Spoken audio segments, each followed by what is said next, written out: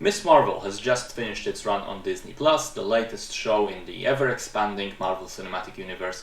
This one is based on a 2014 comic book run under the same title, introducing Kamala Khan, a teenage daughter of Pakistani immigrants living together in modern New Jersey, who one day develops superpowers and has to deal with that fact and the fact that, of course, as it always is, suddenly there are villains to beat and people to save and mysteries to resolve. Now, when the show was first introduced, of course, there was a whole flood of negative comments accusing Marvel of being woke, whatever that means, saying that it's the end of days because they have an Islamic brown girl superhero now, and that it's all just left-wing propaganda. And I just want to say one time, I treat those kinds of comments as absolute nonsense. And for me, it doesn't really matter what the gender, nationality, or sexuality, or religion of the character is, so long as the show or the movie is interesting and well done. That's it. That's all that matters to me, the quality of it.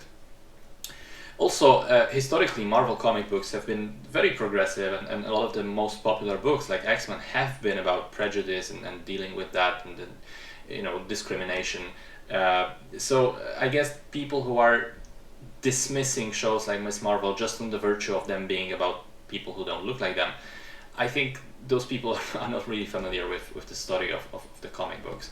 Now, having said that, from the promotional materials, it did look like the show wasn't probably gonna be super fun for me because it seemed to be much more teenage-oriented for younger audiences, more lighthearted, more, I don't want to say girly, but let's say girly.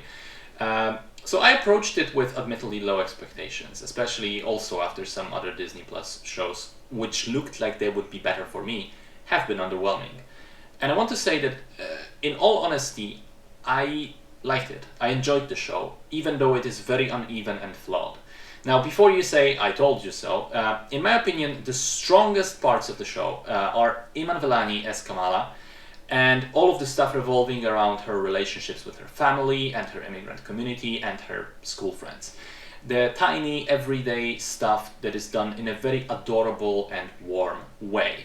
And according to people on the internet who claim to be from similar immigrant communities in the US, also very lifelike and realistic.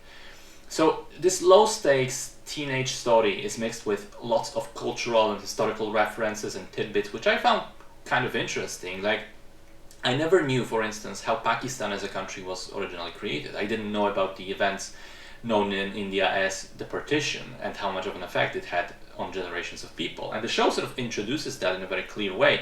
And it made me want to go read up on it even more. So there is certainly an educational aspect to all of that and this idea of sort of discovering a different culture.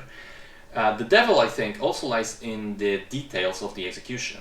The first 2 episodes out of the 6 have this amazing, infectious, kinetic energy to them, where they incorporate animated elements into the live-action scenes. They're very creative with showing stuff like texting between the characters. They have great lighting and color and editing and music. So it's all, at the beginning, I think the first episode really blew me away. The second one, maybe not so much, but it was still like, this is really fun. But, and there is a but, after those 2 episodes, the show unfortunately does take a dive. It has to do partly with the change of directors who never again quite live up to the level of masterful execution of those first 2. But it also has to do with the writing, I think. Suddenly, we're being introduced to one secret organization, then the next one, then there's villains who want to do evil stuff, but that threatens the entire reality, so Kamala has to stop them, whatever the cost. And a lot of it was... it's embarrassing, honestly, if I have to choose a word. It's all incredibly contrived and simplified and honestly rushed, to the point that I feel like we're supposed to care about some of those characters and plot lines, but we never have time to actually even get to know them. It feels like a high-speed chase through major events because someone felt that, okay, we need to have this and then this big set piece and so on. And I would honestly argue we didn't need to have it. I would have loved the show to have taken more inspiration from the comic book run, which was very low stakes, especially early on. And it was essentially just like early Spider-Man, a teenager trying to protect the neighborhood from everyday threats while balancing their personal lives. Because again, the low-level stuff, the family relationships, the banter between the friends, those are the strongest points of the show for me, and it just feels weird when they're sort of sidelined and taken away so that we can instead focus on a poorly developed grand plot about other dimensions and destruction of the world. So it's a show that I didn't expect much of, and then it exceeded those expectations early on and gave me something I liked and was impressed with, but then couldn't live up to its own early quality. And if you think about it, some of those problems, rushed pacing, unnecessarily high stakes, shallow supporting characters and villains, some of those problems are evident in the other Disney Plus shows as well. So I genuinely think it's a wider problem that Marvel needs to take a good look at.